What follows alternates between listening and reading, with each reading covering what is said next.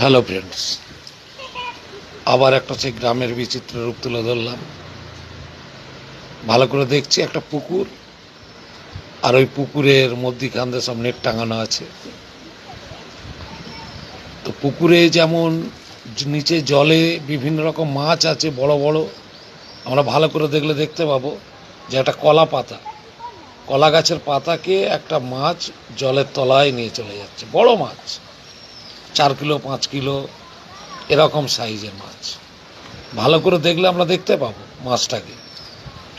আর পুকুরের ওপরে যে নেট টাঙানো আছে তাতে রঙিন মাছ চাষ হচ্ছে। আর সেই মাছ কলকাতার মানুষরা অ্যাকোয়ারিয়ামে রাখে। গোল্ডেন ফিশ, অ্যাঞ্জেল, আরও বিভিন্ন রকম সার্কেল, কত রকমের মাছ ওই নেটের মধ্যে। আর আকাশের ওপরে দেখতে পাচ্ছি, আমরা জলের তলায় ছবি তুলছি কিন্তু আকাশের ওপরে দেখতে পাচ্ছি একটা রকেট যাচ্ছে। কি মজাদার ব্যাপার না?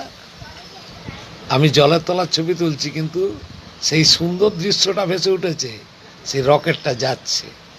জলের তলার ছবি কিন্তু আমি আকাশের ছবি নিইনি। কেমন লাগছে বন্ধুরা?